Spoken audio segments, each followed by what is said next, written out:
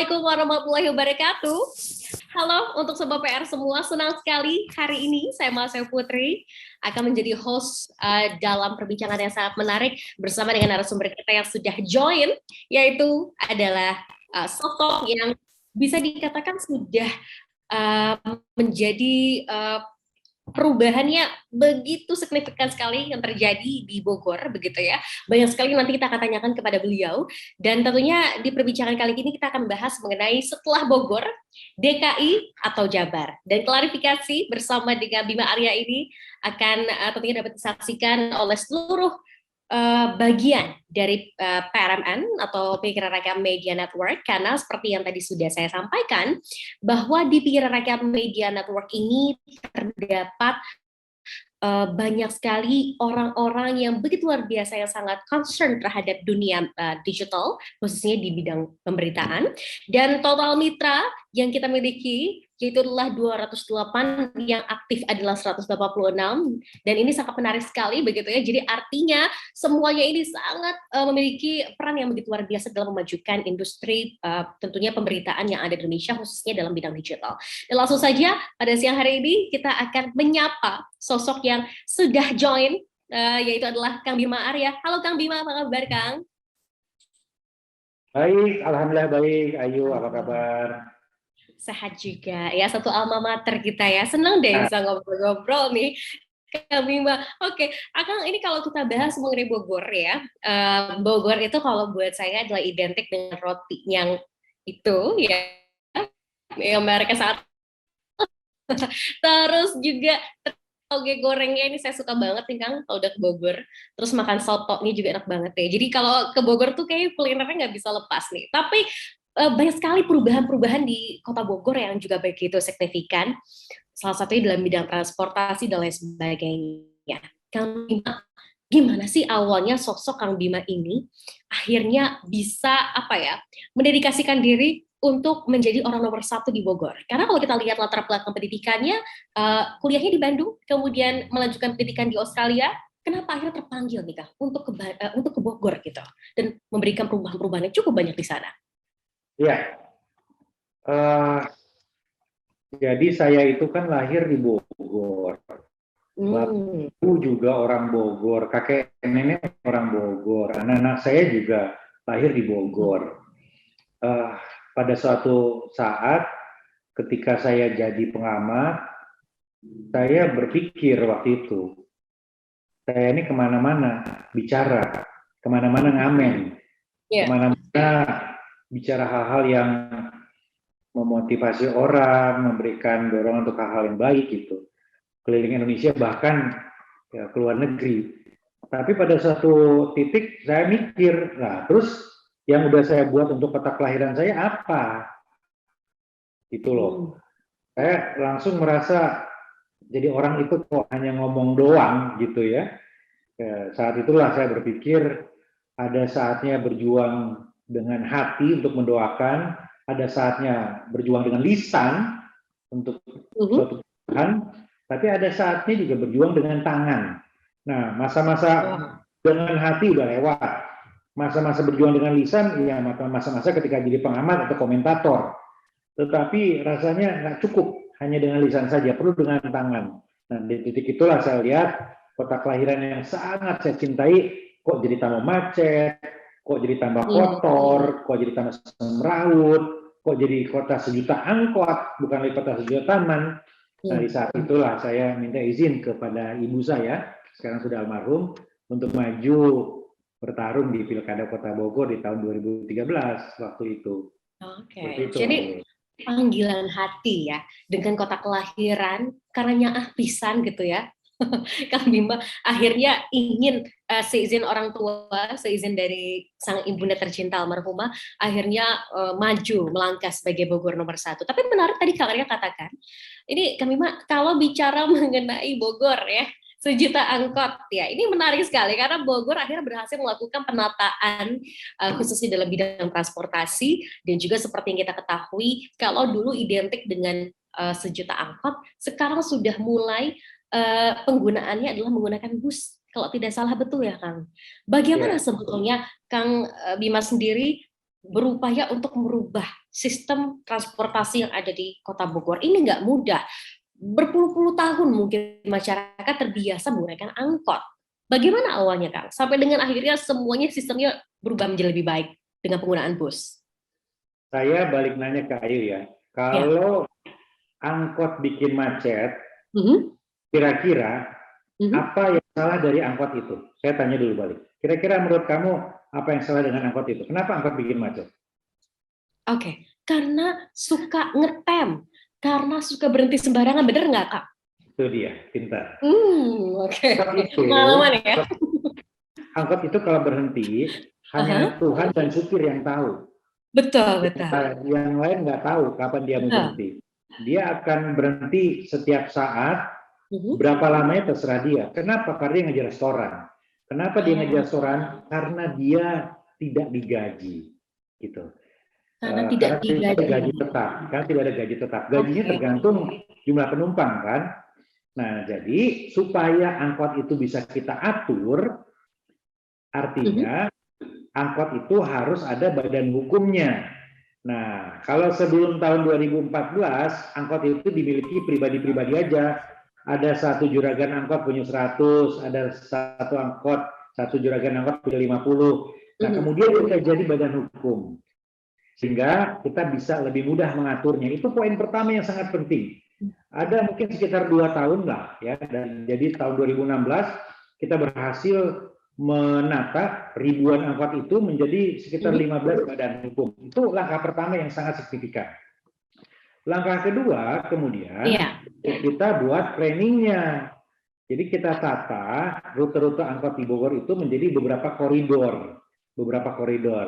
Kemudian kita rencanakan konsep konversi. Angkot ini bertahap akan digantikan menjadi bis. 3 angkot menjadi 1 bis, kira-kira begitu.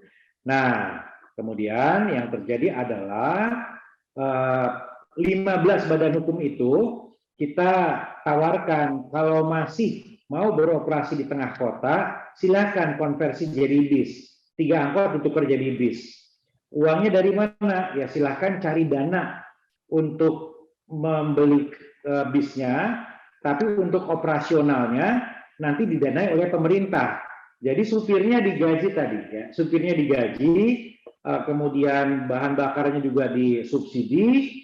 Nah, mereka tinggal cari uang untuk beli bisnya, gitu kira-kira. Artinya apa? Nah, kemudian maulah ada operatornya. Akhirnya ada sekitar 147 angkot itu digantikan oleh sekian puluh bis, gitu ya. Nah, uangnya dari pemerintah, kerjasama antara pemerintah kota dengan pemerintah pusat. Jadi supirnya digaji sekitar 47 bis ini. Dan mereka nggak boleh berhenti sembarangan. Begitu berhenti sembarangan, mereka akan didenda, ayo. Mereka akan didenda dan akan berkurang nanti subsidinya, kira-kira begitu. Jadi semakin mereka taat aturan, semakin mereka disiplin, ada yang kotor lagi di dalam bis, mereka akan didenda. Didenda itu mempengaruhi subsidi. Jadi ini sistemnya. Nah, sekarang sudah ada sekitar 47 bis, menggantikan sekitar 147 angkot tadi.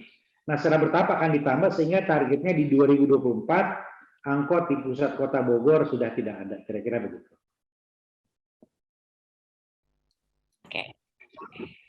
Wow. Ini artinya pemerintah betul-betul memikirkan sebetulnya akar permasalahan dari angkot ini apa saja. Tadi mulai dari tidak digaji dan lain sebagainya, begitu ya. Sehingga kesemerawutan ini dicoba dicari apa sih akar permasalahan dari Kang Arya, Bima Arya berhasil untuk menyelesaikan itu. Tapi Kang, kalau Mas saya ingin tanya nih sama Akang ya, Bogor yang pertama kali Akang hadapi dengan Bogor saat ini, apa saja perubahan-perubahan yang bisa dikatakan sudah Kang berupaya untuk melakukan perubahan-perubahan dan inovasinya gitu. Bogor kemarin dan hingga Bogor hari ini. Yang paling utama itu Ayu, ikhtiar kita itu bagaimana warga dimudahkan. Itu aja yang paling simpel. Birokrasi itu harus melayani. Birokrasi itu nggak boleh menyusahkan warga. Jadi mulai tahun 2014, warga lebih mudah ngurus KTP, lebih mudah ngurus kartu keluarga. Bahkan sekarang kita sudah punya mall pelayanan publik. Ya, jadi kalau mau ngurus berkas-berkas di sana macam-macam, tinggal booking lewat online, tahu di sana ngantri jam berapa, dan ngurusnya cepat dan aman dan nyaman, kira-kira gitu. Bulan lalu, akhir tahun lalu bahkan kita resmikan drive-thru untuk ngurus KTP. Jadi bisa naik sepeda kalau mau ngambil KTP sekarang, cepat banget, kurang dari 3 menit. Itu, jadi perizinan, berkas-berkas kependudukan, gitu ya. Itu kita lakukan reformasi birokrasi. Itu yang pertama. Yang kedua adalah ruang terbuka publik. Kota ini harus nyaman. Kota ini harus membanggakan. Jadi mulailah ditata dari tahun 2014, taman-taman kota, jalur pedestrian, supaya warga itu nyaman untuk jalan-jalan di kotanya dan nggak terlalu banyak menghabiskan waktu dan menghabiskan uang di mall. Kita ingin warga Bogor menikmati udara kota Bogor. Jadi langkah yang kedua adalah memperbaiki ruang terbuka publik, Ayu ya. Itu.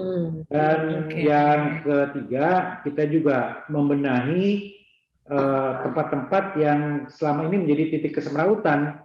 Ada daerah otista yang selama ini kotor, ya, bau pesing, macet, gitu. Surya Kencana, kemudian Taman Topi. Nah, itu kita bersihkan, kita rapikan, karena kalau di tengah kota di etalasenya aja semraut, apalagi di pinggirnya, gitu. Jadi itu langkah-langkah kita yang kita lakukan, dan terus bertahap sampai nanti di ujung masa jabatan itu akan kita tuntaskan.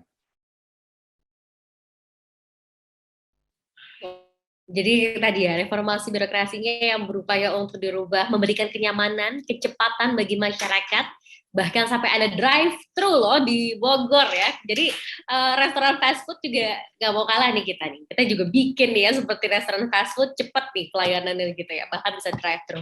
Tapi yang menariknya, Kang Bima, hari ini juga banyak rekan-rekan dari Pikiran Rakyat Media Network yang juga akan join dan ingin bertanya nih sama akan. Kita coba panggilkan yang pertama ada Ricky dari media Jabodetabek. Halo Mas Ricky. Halo Mbak. Halo Mas Ricky. Mas Ricky mungkin boleh pertanyaannya apa yang ditanyakan nih untuk Kang Bima Arya. Kalau Jabodetabek saya yakin udah hafal nih permasalahan yang ada di sana ya. Oke, silakan. Oke, selamat siang. Assalamualaikum warahmatullahi wabarakatuh. Waalaikumsalam. Semoga Waalaikumsalam. semua ya, Pak Arya, Pak Bima. Perkenalkan Pak, saya Ricky dari mediajabodetabek.com. Ada satu pertanyaan yang mungkin ingin diketahui juga oleh teman-teman di sini. Pertanyaan saya itu simpel Pak. Jadi bagaimana menyikapi isu pemekaran wilayah Bogor yang sudah bergulir sejak lama? Kemudian dan rencana tata ruangnya termasuk pemindahan pusat pemerintahnya bagaimana? Itu aja sih Pak. Terima kasih Pak. Wassalamualaikum warahmatullahi wabarakatuh. Waalaikumsalam. Terima kasih Mas Ricky. Ya. Nih ke Kang Bima Arya. Akan mau langsung menjawab ke pertanyaan dari Mas Ricky dari media Jabodetabek terkait dengan pemekaran wilayah Bogor. Ya. Jadi kota Bogor itu seperti kota Vatikan, ya. Jadi atau seperti telur ceplok. Kota Bogor itu kuning-kuningnya, putih-putihnya itu Kabupaten Bogor, dikelilingi berbatasan dengan Kabupaten Bogor, Sukabumi, dan juga Jakarta dan Depok begitu. Kita ini banyak sekali warga Kota Bogor yang bekerja di Jakarta dan sekitarnya. Demikian pula sebaliknya. Nah, jadi harus betul-betul ditata supaya seiring dan seirama. Untuk wilayah Kabupaten Bogor itu sedang diproses pembentukan daerah otonom baru, gitu ya. Jadi ada Kabupaten Bogor Barat, ya, ada beberapa daerah yang diusulkan, tapi itu di luar Kota Bogor. Jadi yang dimaksudkan pemekaran, barangkali yang dimaksud pertanyaan tadi bukan di Kota Bogornya, tapi lebih kepada di daerah Kabupaten Bogornya. Nah, ini untuk membuat pelayanan warga di kabupaten lebih cepat, karena Kabupaten Bogor ini luas sekali gitu ya. Penduduknya itu 5 juta lebih. Ya kalau Kota Bogor kan 1 juta gitu. Iya. Nah, Kalau Kota Bogor sendiri ya wilayahnya ya sudah itu aja dan belum ada rencana untuk melakukan perluasan karena prosesnya lama. Ya memang ada wacana, ada keinginan seperti beberapa wilayah di kabupaten katanya ingin bergabung ke Kota Bogor seperti wilayah Taman Sari, ya, Ciapus gitu ya. Tapi ya kita kan juga harus berkomunikasi dengan Kabupaten Bogor ya. Kalau kabupatennya nggak mau melepas ya kan nggak akan bisa. Jadi tidak sesederhana itu. Nah karena itu bagi kita yang penting adalah satu, kita harus antisipasi untuk transportasinya supaya orang itu keluar masuk Kota Bogor nyaman. Kita tadi konversi dari angkot menuju bis, kemudian ada juga rencana pembangunan tram. Yang kedua, Kang Riki, kita juga melakukan penataan zonasi. Jadi di Kota Bogor ini, iya di Kota Bogor ini supaya nggak semrawut, supaya semuanya nggak bertumpu di pusat kota, kita sebar. Ada wilayah pelayanan untuk perdagangan dan jasa, ada wilayah pemukiman, ada daerah yang kita proyeksikan menjadi wisata, gitu ya. Dan bahkan sekarang kita sedang merencanakan untuk memindahkan pusat pemerintahan Kota Bogor. Jadi tempat di mana saya sekarang dialog dengan teman-teman ini akan bergeser ke daerah Bogor Timur. Ada 6 hektar yang akan kita jadikan pusat pemerintahan supaya di pusat Kota Bogor ini Istana dan Kebun Raya ini kalau kata orang Sunda mah nggak duk-dek gitu ya, nggak penuh gitu. Jadi ini akan menjadi kawasan heritage gitu. Jadi itu yang kita lakukan kalau pertanyaannya tentang bagaimana rencana konsep tata kota atau tata ruang Kota Bogor ke depannya gitu. Oke, jadi nggak numpuk di satu tempat gitu ya, nggak duk-dek kalau kata kami Maria tadi.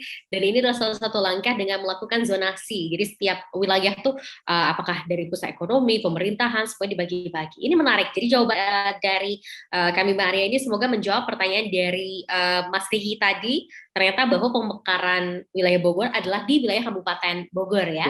Saya boleh tambahin nggak? Ayo sedikit. Boleh, silakan. Jadi sebentar lagi kan Jakarta statusnya tidak lagi jadi ibu kota. Nah, selama ini kan kita mendapatkan banyak dampak lah ya.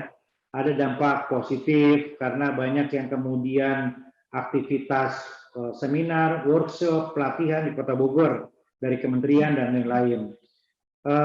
Kita harus mengantisipasi itu. Saya bekerja sama dengan Pak Rektor IPB melakukan kajian. Ini kira-kira ke depan integrasi Jabodetabek formatnya seperti apa? Ketika Jakarta sudah tidak lagi jadi ibu kota, ini penting. Jangan sampai kita nggak siap. Ternyata kementerian-kementerian kemudian nggak lagi bintek pelatihan di Bogor, kemudian kita konsepnya seperti apa? Jadi wisata apa yang harus kita kembangkan ke depan? Nah sekarang itulah yang tengah kita lakukan supaya ketika pada saatnya nanti secara bertahap Jakarta tidak lagi menjadi ibu kota, ya Kota Bogor punya positioning yang masih strategis untuk tidak kemudian kehilangan prospek pendapatan asli daerah. Oh, wow, itu menarik ya.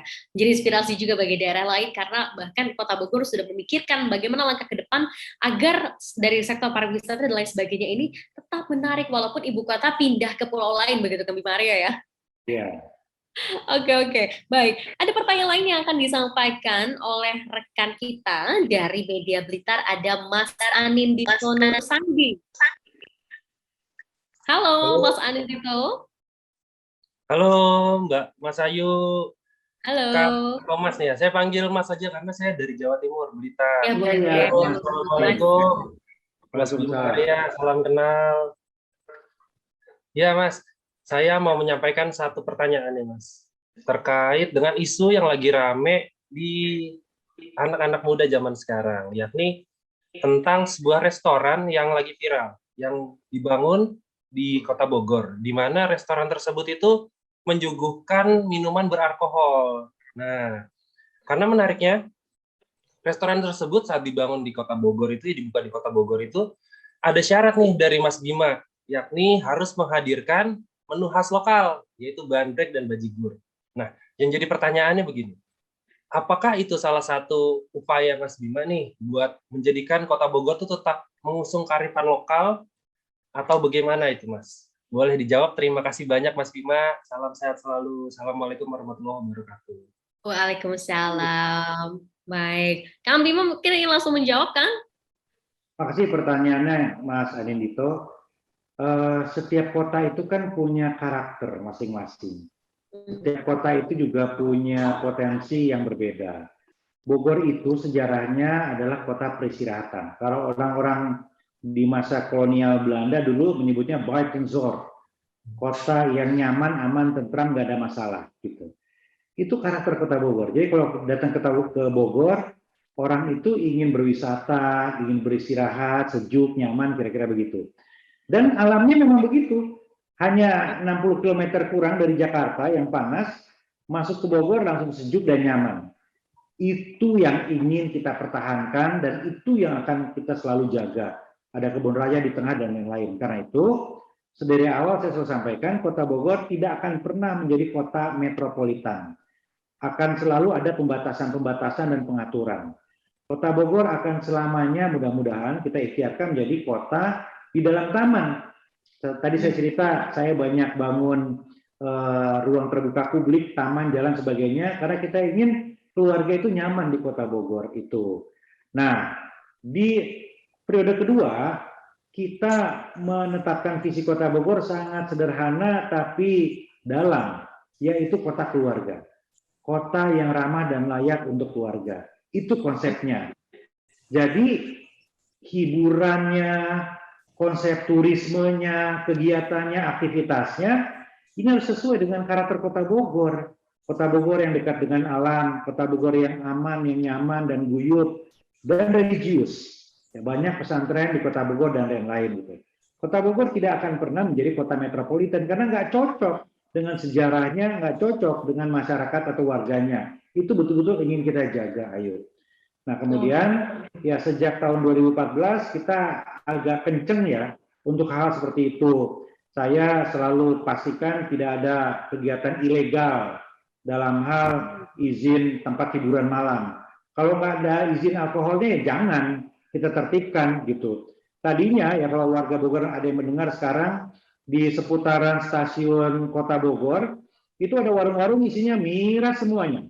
Ya, bertahap kita tertibkan, sekarang udah nggak ada lagi, udah clear gitu ya. Kemudian selalu ada penyelewengan dalam hal izin-izin.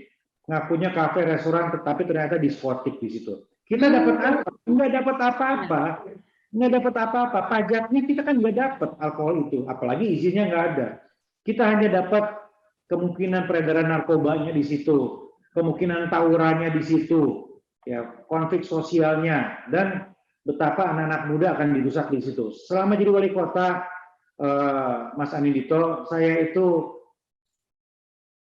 sering sekali ya punya pengalaman yang nggak enak, ya harus menyaksikan perempuan seumuran anak perempuan saya digotong dari diskotik.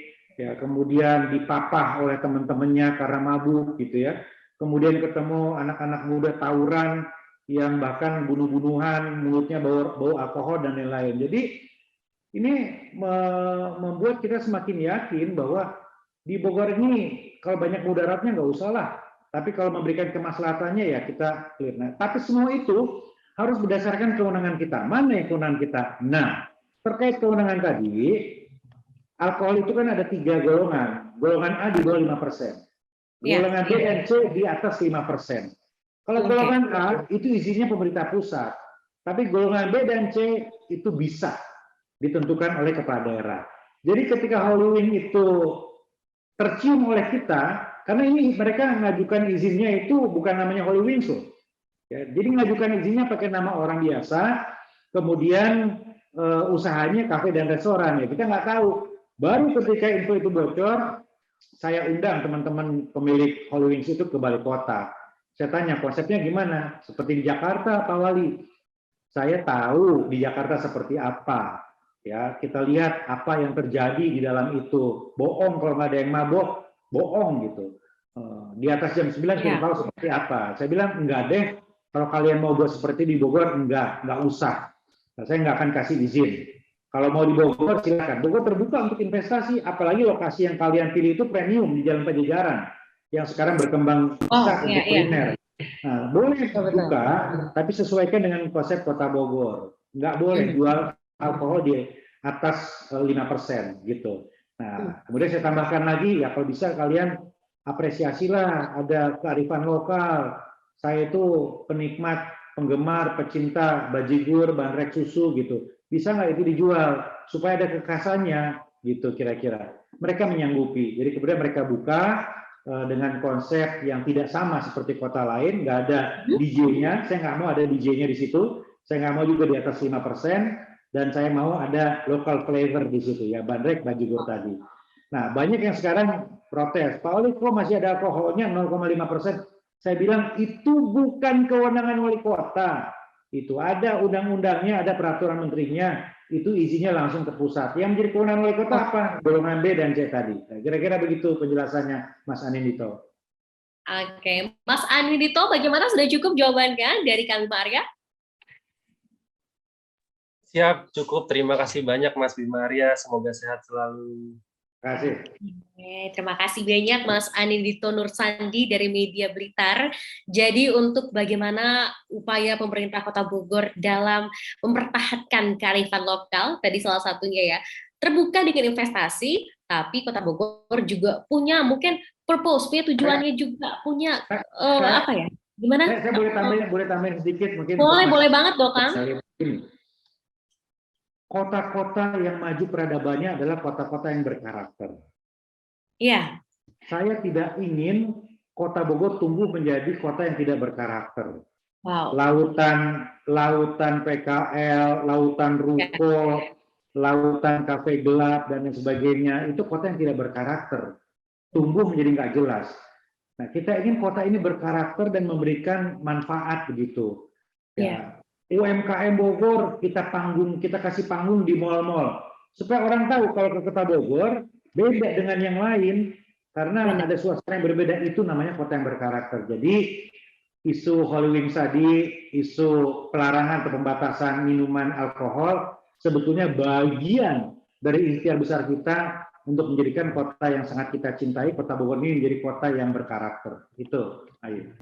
Pengembangan kota yang berkarakter, dan itu yang terus dipegang oleh kami Mbak Arya kayaknya ya Kang ya, sampai ibaratnya yang brandnya sudah besar aja sama Kang Bima, oh nggak bisa, harus ikut nih aturan saya di gitu ya di Kota Bogor, supaya apa? Supaya lebih berkarakter lagi, mempertahankan kearifan lokal itu tadi gitu ya.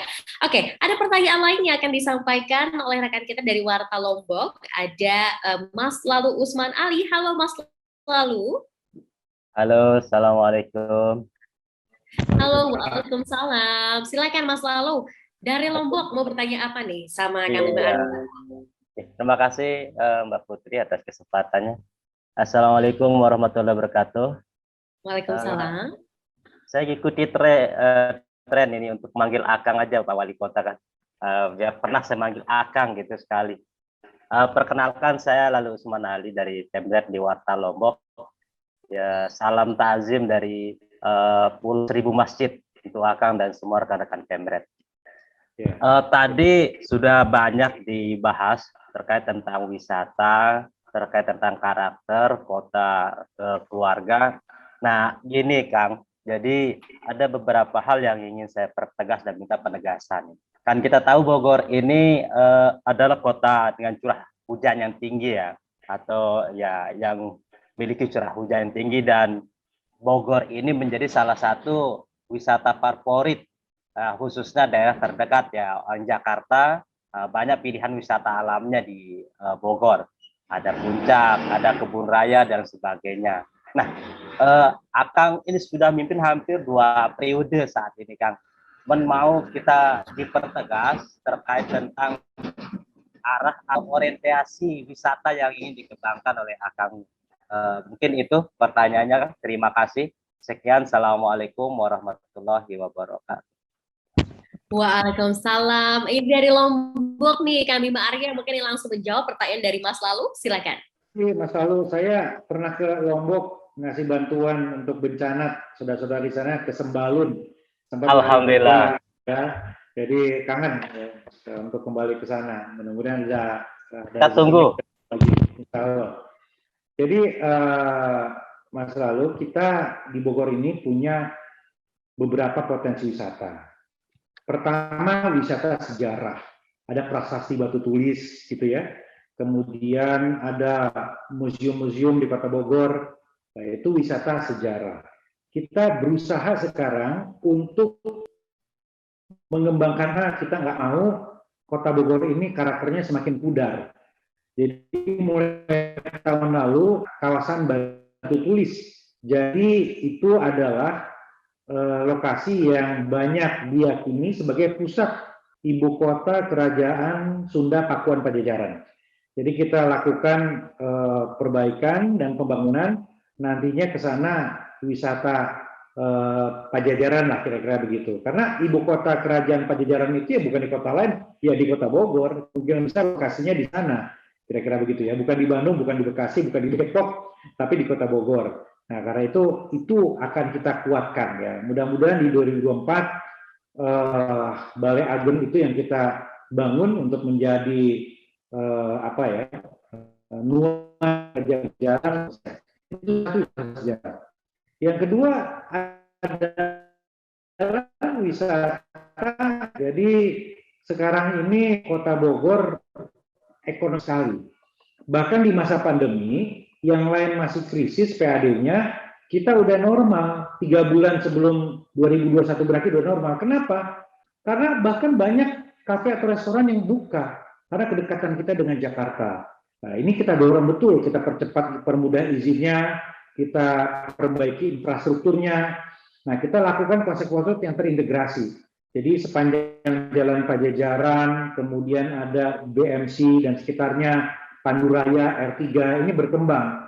Ini bagi kita ini cuan, ya. Bagi kita ini rezeki gitu ya. Supaya orang Jakarta ya ke Bogor ya ke situ, surga kuliner. Nggak usah jauh-jauh ke Bandung, ke Bogor aja. Gitu. Tinggal kita rapikan infrastrukturnya. Ke situ harus bisa naik bis, misalnya. Ke situ harus bisa jalan gitu ya. Ada beberapa kawasan yang kita bangun secara terpadu dengan trotoar dan lain-lain. Contohnya adalah Surya Kencana. Nah, Surya Kencana ini kita rencanakan untuk menjadi channel tahun terbaik di Indonesia. Ini sudah beberapa kali tahap terus berlanjut. Ini juga wisata unggulan kita, wisata kuliner plus ada juga wisata sejarahnya di situ yang tidak ada di kota lain yang di pusat kota. Yang berikutnya masa lalu adalah konsep sport tourism. Makanya kita bangun jogging track ya, kita bangun jalur-jalur sepeda. Jadi orang dari luar kota silakan datang ke Bogor, bisa parkir di mana saja, kemudian nyambung lari atau naik sepeda. Bisa sekeliling Istana Kebun Raya 4,3 kilo, bisa di Jalan Pajajaran, bisa di Jalan Juanda. Ya, tahun ini kita sedang bangun satu kawasan jogging track terpadu dikeliling oleh pusat kuliner di daerah Pajajaran begitu. Jadi orang Jakarta kalau ke Bogor ingin lari dengan sensasi yang berbeda, ya di situ gitu ya. Nah, ini konsepnya adalah sport tourism. Jadi orang yang ke Bogor mau olahraga sekaligus wisata kuliner. Yang terakhir mas lalu adalah kampung tematik. Ini ada strategi kita untuk menjemput peluang pasca pandemi. Ketika orang lebih suka kegiatan outdoor. Jadi kita buka ada kampung tematik di Ciharasas di Mulia Harja. Saya sering menyebut itu surga yang tersisa. Beberapa hektar yang kita lakukan beberapa sentuhan sehingga memiliki cita rasa seperti Ubud. Jadi Bogor Selatan ini Ubudnya Bogor lah kira-kira gitu ya. Itu kampung tematik. Ada kampung tematik di Kampung Labirin di dekat Surya Kencana di Babakan Pasar. Ada kampung tematik kampung batik di Cibuluh gitu. Nah, jadi silakan kalau ke Bogor memiliki banyak opsi. Mau wisata sejarah, mau wisata kuliner, mau olahraga, mau lari, mau naik sepeda, mau ke kampung tematik, itu opsi-opsinya. Nah, ini untuk menjemput peluang-peluang yang tercipta setelah pandemi berakhir insya Allah. Dan berdasarkan hitung-hitungan kita, pendapatan asli daerah kita akan terus melonjak dari sini. Ini kalau lama-lama kan pajak bumi dan bangunan mungkin akan jenuh. Lama-lama juga misalnya kegiatan orang di hotel ya untuk seminar akan berkurang karena Jakarta sudah tidak lagi menjadi ibu kota.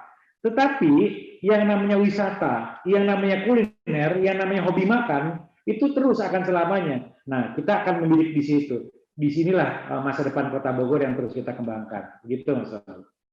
Oke, baik. Semoga pertanyaan dari Mas Lalu, dari Lombok ya, sudah terjawabkan oleh Kang Bima Arya. Jadi bicara mengenai potensi wisata, apalagi memang kita tahu ya, Kota Bogor ini dekat dengan Jakarta dan ada rencana bahwa pemindahan ibu kota juga nantinya akan dipindahkan ke Kalimantan, begitu. Artinya banyak segudang langkah yang akan dilakukan oleh Kota Bogor, tampaknya Kang Bima ya, untuk bisa terus memajukan dan mengasah potensi-potensi wisata yang ada di sana. Oke, pertanyaan lain akan disampaikan ini Kang Bima oleh rekan kita dari PRFM. Ada Kang Rifki Abdul. Halo Kang Rifki. Ya, halo. Iya, Kang Rifki Assalamualaikum. silakan. Waalaikumsalam. Ini bertanya apa nih dengan Kang Bima Arya? Ya, halo, Assalamualaikum Kang Bima. Perkenalkan, saya Rifki. Kebetulan saya ini dulunya pesepeda yang sering bolak-balik Bandung Bogor, Kang. Kebetulan saya dulu salah seorang yang sering ikut tur Bogor-Bandung dari kilometer 0 Bogor ke kilometer 0 Bandung. Road bike atau MTB?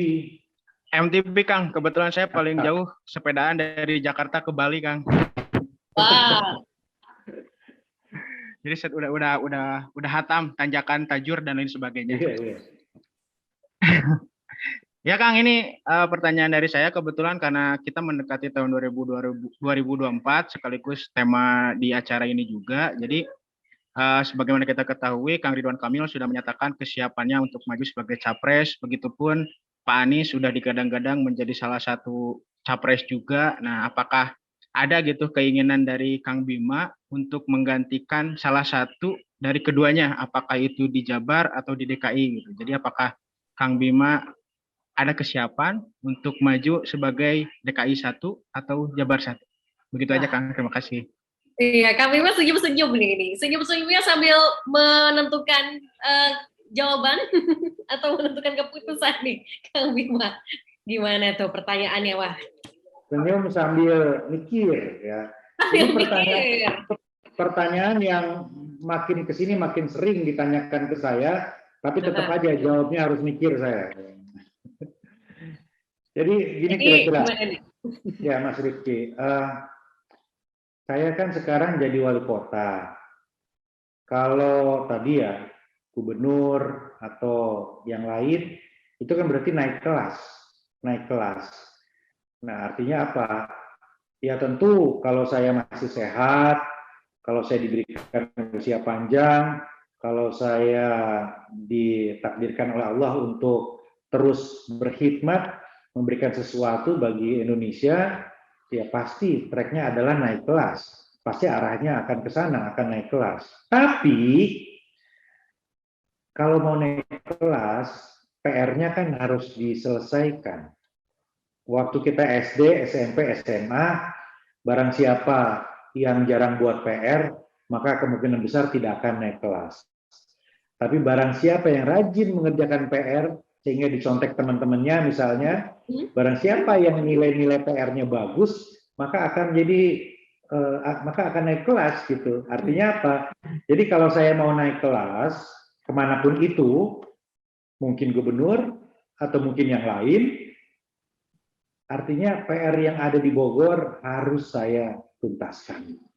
Sampai 2024 masih ada list dari PR yang belum selesai. Soal angkot itu masih jadi PR. Soal penataan pasar itu masih jadi PR.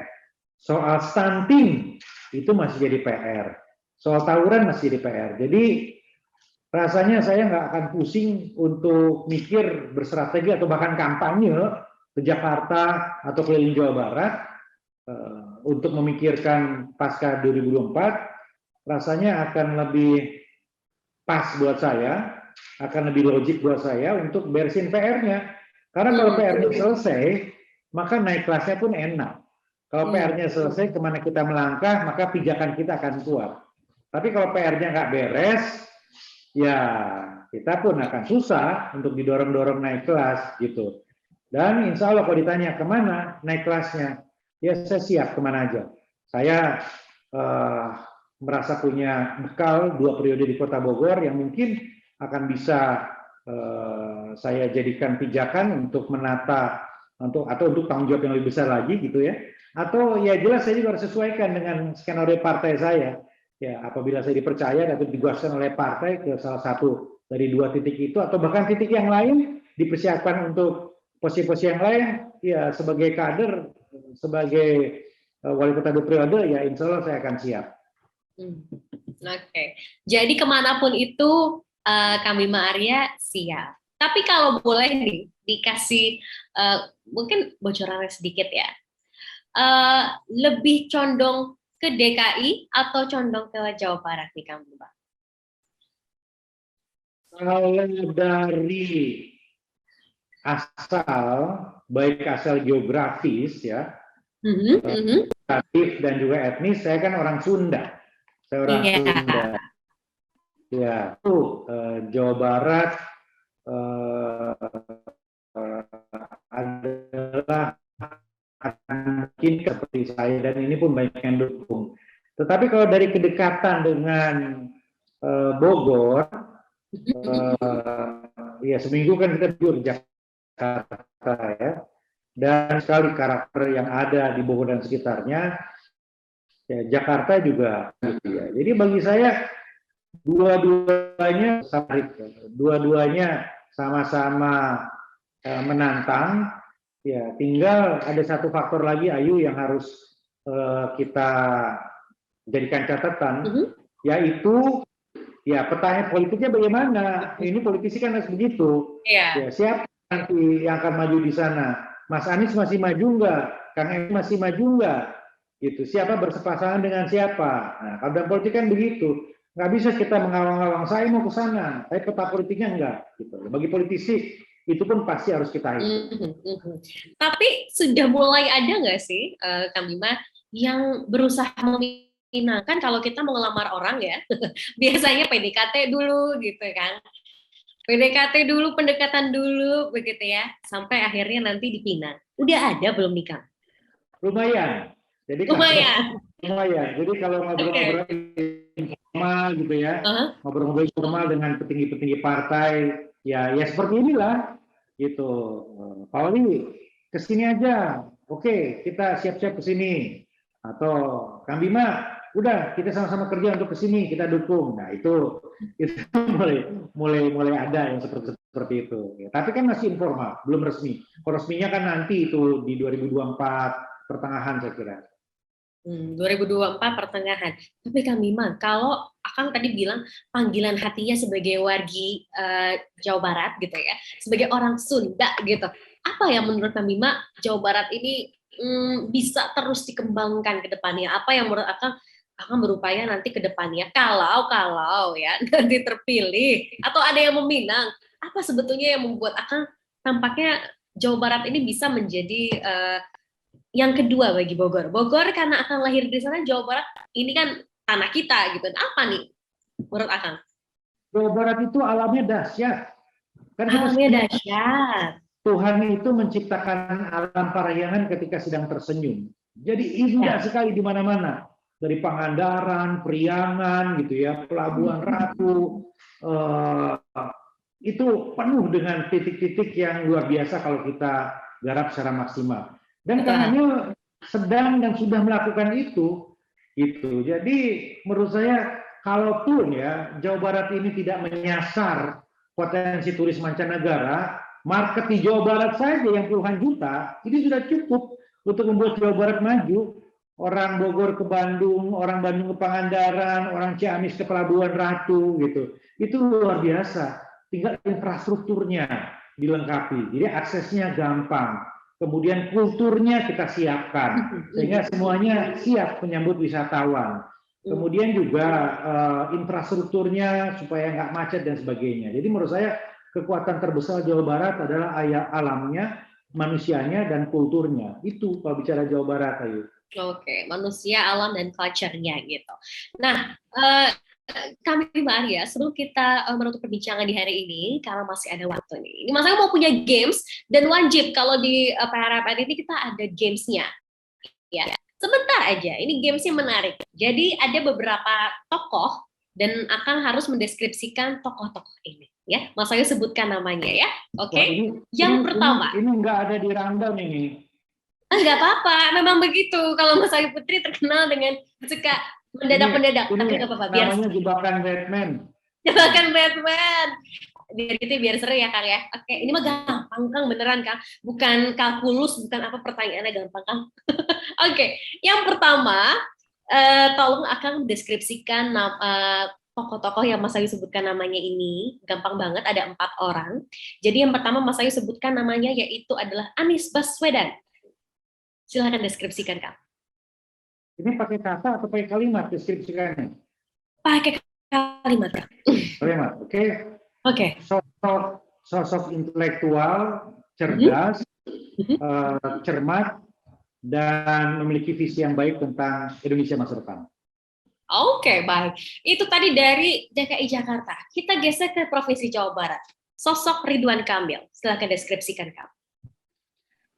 Ahli tata kota yang hijrah menjadi politisi dan sangat sukses untuk membangun kedekatan dengan kaum milenial dengan pendekatan-pendekatan yang kreatif, inovatif, dan paling piawai berselancar di dunia sosial media dengan cara yang humoris, jenaka, dan manusiawi. Oke, baik. Kemudian, Ganjar Pranowo. Pemimpin yang merakyat, simpatik, gagah, berani, nasionalis, dan punya prospek yang sangat cerah untuk memimpin Indonesia masa depan. Oke, yang terakhir, siapa ya kira-kira? Sandiaga Uno deh. Gimana nih, Kang? Pengusaha yang dikenal sukses untuk membangun bisnis yang kemudian memiliki catatan yang baik ketika terjun dalam politik dan sangat humble, informal, dan memiliki banyak kesamaan dengan saya. Oke. Suka lari, suka olahraga, suka bergaul dengan komunitas-komunitas kreatif anak-anak muda. Oke, tepuk tangan dulu boleh dong secara virtual untuk Kang Bima. Jadi ternyata sosok yang terakhir Sandiaga Uno punya kemiripan banyak ya. Jadi kemiripannya emang gimana sih Kang Bima sama sosok Pak Sandiaga Uno? Sama-sama suka olahraga. Sama-sama suka olahraga. Jadi sering olahraga bareng gitu. Lari atau gimana biasanya? Lari, sepeda gitu ya. Nah, nanti kita mau lari trail bareng. Saya kebetulan jadi ketua pengurus pusat Asosiasi Lari Trail Indonesia. Nanti kita akan trail sama-sama di awal Maret kalau nggak salah dengan Mas Andi. Oke, baik. Menutup perbincangan kita pada hari ini, Kang Bima, kalau tadi saya dengar, Kang Bima Arya ini usianya masih sangat muda ya, bisa dibilang. Ini usia yang sangat muda. Ya, kamu muda dong. Muda dari mana? Umur saya udah hampir 50. Sangat muda dari mana? Muda dong. Ini kalau nanti saya bandingkan, kan nggak bisa kayak gitu ya. Pokoknya muda lah gitu ya. Ya, kalau dibandingin sama Yusuf Kala, sama SBY, ya muda lah. Kalau dibandingin bukan aku yang ngomong ya. Sama kamu, sama Mas Lalu, Mas Anindito, saya tuh udah uzur nih.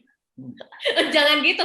Justru ini loh, selalu terlihat muda, looking young, looking fresh gitu. Dan ternyata tadi juga sampai olahraganya trail. Itu lebih tepat, itu lebih saya suka tuh. Selalu kelihatan muda, itu keren. Itu lebih senang ya? Bukan masih muda banget, bukan. Enggak. Tapi maksudnya dari segi usia ya, maksudnya begini loh Kang Bima Arya, usia Kang Bima belum 50, tapi sudah menjadi wali kota 2 periode. Itu usia yang muda ya, bisa dikatakan, dan mendapat pencapaian yang begitu luar biasa. Nah, bagaimana Kang Bima Arya berupaya untuk mempertahankan itu? Artinya mempertahankan stamina, mempertahankan kondisi tubuh dengan jadwal yang padat. Karena pastinya pemimpin juga punya inspirasi untuk masyarakatnya. Kalau pemimpinnya bisa menjaga kesehatan, bisa menjaga kondisi tubuhnya, ini juga bisa menjadi inspirasi bagi banyak orang dengan kondisi yang padat gitu. Boleh di-share sedikit, Kang? Tidur cukup, 7 jam ideal, 8 jam mewah, 6 jam cukup. Kedua, pola makan diatur, kurangi makan yang enak-enak, perbanyak serat. Yang ketiga, banyak ketawa, banyak hangout, banyak nongkrong, banyak bicara hal-hal yang menyenangkan dengan sahabat, dengan kerabat, dengan keluarga. Yang terakhir, quality time dengan family membuat kita insya Allah lebih sehat jiwa dan raga. Baiklah. Kang Bima, terima kasih ya. Tadi jawabannya adalah jangan kurangi banyak-banyak makanan enak ya. Ini menampar kita semua nih yang masih suka makan micin nih. Oke, Kang Bima, terakhir apa saja mungkin pesan-pesan untuk warga Bogor, warga Jawa Barat, dan khususnya adalah untuk teman-teman di Pikiran Rakyat Media Network, silakan. Sekarang kita ada di fase yang sangat penuh dengan ujian.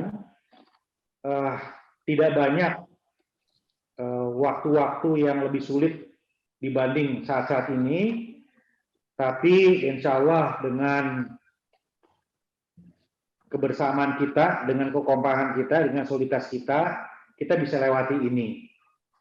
Kita tidak pernah tahu pandemi ini selesai kapan, mungkin bulan depan, mungkin tahun depan, mungkin agak panjang, tapi kita nikmati saja kiriman Tuhan yang ada, sambil terus meyakinkan bahwa tidak mungkin Tuhan mengirim kepada kita tanpa memberikan pesan agar kita menjadi manusia yang lebih baik.